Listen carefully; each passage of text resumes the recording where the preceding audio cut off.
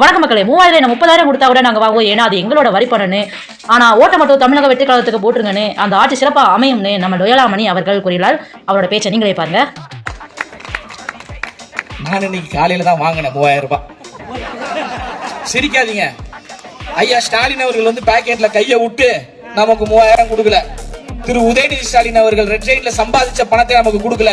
உங்களுடைய வரி பணம், என்னுடைய வரி பணத்தை தான் அவர் காசாக கொடுக்கிறார். 3000 இல்ல 30,000 கொடுத்தா கூட காசை வாங்கிக்கோங்க. ஓட்டு போடுங்க.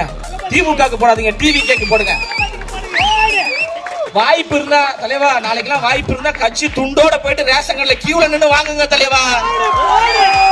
இந்த நேரத்துல மானம் சூடு சொரணெல்லாம் பார்க்க கூடாது. தர்றது நம்ம காசு.